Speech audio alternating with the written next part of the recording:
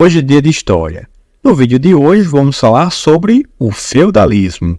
Antes de começar o assunto, lembre-se que no link na descrição há slides, apostilas e atividades de todo o conteúdo de história do ensino fundamental e do ensino médio. Professora e professor de história. Esse rico material economiza seu tempo e facilita demais seu trabalho. Há também links que levam aos melhores materiais escolares personalizados, com temas de animes, filmes e séries. O que é o feudalismo? De maneira simples, o feudalismo foi uma organização econômica, política e social baseada na posse da terra, que é chamada de feudo.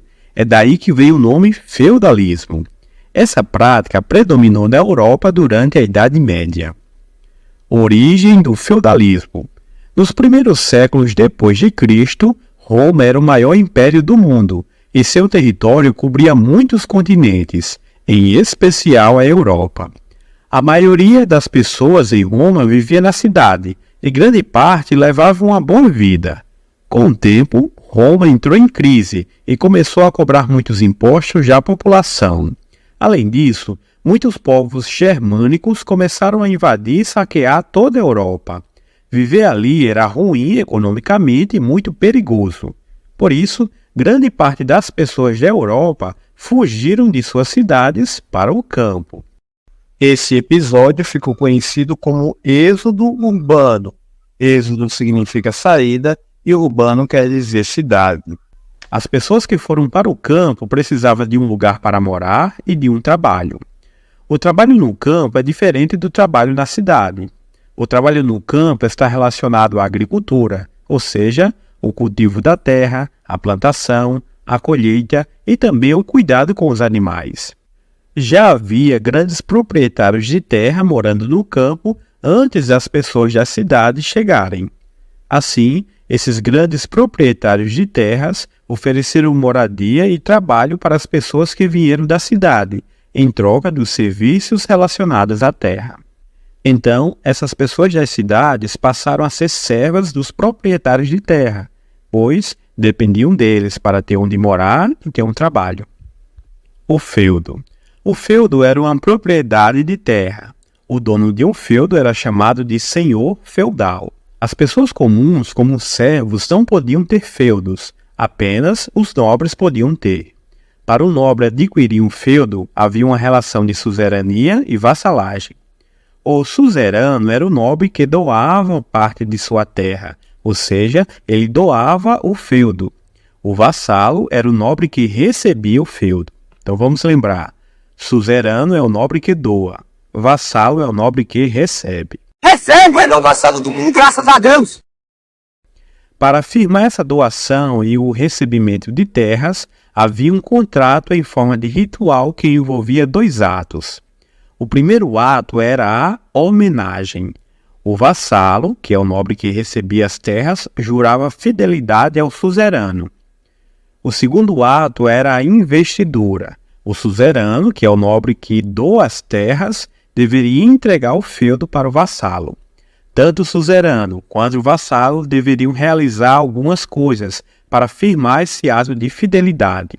O suzerano, por exemplo, deveria dar proteção militar e jurídica ao vassalo. Já o vassalo deveria cuidar bem da terra, socorrer o suzerano caso esse fosse sequestrado e lutar a favor do suzerano caso esse entrasse em guerra. Com a posse da terra, o vassalo também podia doar a terra a alguém, se tornando suzerano daquela pessoa. O feudo era dividido em três partes. A primeira parte era o manso senhorial. Essa parte era formada pelas melhores terras e onde ficava o castelo, que reunia oficinas, estábulos e a morada do senhor feudal. A segunda parte era o manso servil, que era a terra dos servos e onde eles cultivavam. A terceira parte era o manso comunal, também chamado de bosque, juntamente com os pastos. Esses eram terras comuns, em geral uma área de floresta ou pântano destinada à caça, à coleta de lenha, raízes, frutas, ervas e mel. O papel da igreja. A igreja tinha poder ideológico, ou seja, controlava a forma das pessoas pensarem. Ela era considerada o porta-voz de Deus. Afirmava que cada pessoa tinha um lugar definido na sociedade e que essa era a vontade de Deus para cada pessoa. Por isso, todos tinham que se contentar com seu modo de vida, quer uma pessoa fosse nobre, ou religioso, ou servo. Visto que a igreja representava a Deus, quem fosse contra essa mentalidade da igreja estaria sendo contra o próprio Deus. A igreja, durante a Idade Média, se tornou a instituição mais importante da Europa. Grande parte das terras da Europa pertenciam à igreja, e sua influência ideológica na vida das pessoas era visível. Em geral, todos acreditavam em tudo que os padres falavam. O pensamento e a vida das pessoas giravam em torno daquela visão que a igreja apresentava de Deus. Por isso que podemos dizer que naquela época, o pensamento era baseado num teocentrismo, ou seja, no pensamento religioso. Também havia pessoas que trabalhavam para as igrejas. Esses eram padres, freiras, frades, entre outros. Esse conjunto de religiosos era chamado de clero. O clero era dividido em dois, clero secular e clero regular. O clero secular, representado por aqueles que viviam no mundo, isto é, fora dos mosteiros. Eles eram padres, bispos e arcebispos. O clero regular era composto por aqueles que viviam nos mosteiros e seguiam as regras religiosas. Esses são as ordens religiosas, como os beneditinos, os franciscanos, os dominicanos, entre outros. A sociedade feudal. A sociedade feudal era dividida em clero, nobreza e servos, ou camponeses.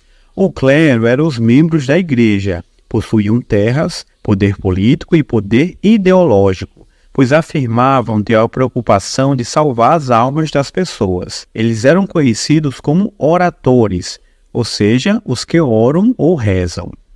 Nobreza.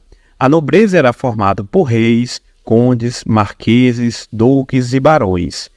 Eles se dedicavam principalmente à guerra e à defesa de seus territórios. Os nobres possuíam a maioria dos feudos e também possuíam poder político, oferecendo proteção aos camponeses que moravam e trabalhavam em seus domínios. Os nobres eram chamados de belatores, ou seja, os que lutam ou guerreiam.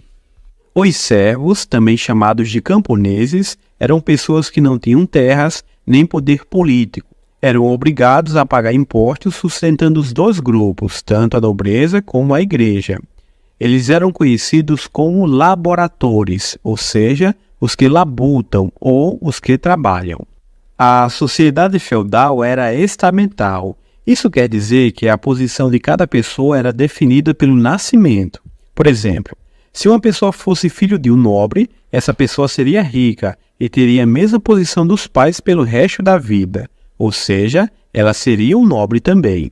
E se uma pessoa fosse filho de um servo ou camponês, essa pessoa seria pobre e teria a mesma posição dos pais pelo resto da vida, ou seja, seria um servo ou camponês ligado à terra. Não existia mobilidade social. Isso quer dizer que um servo não poderia ser nobre, ou um nobre não poderia ser servo.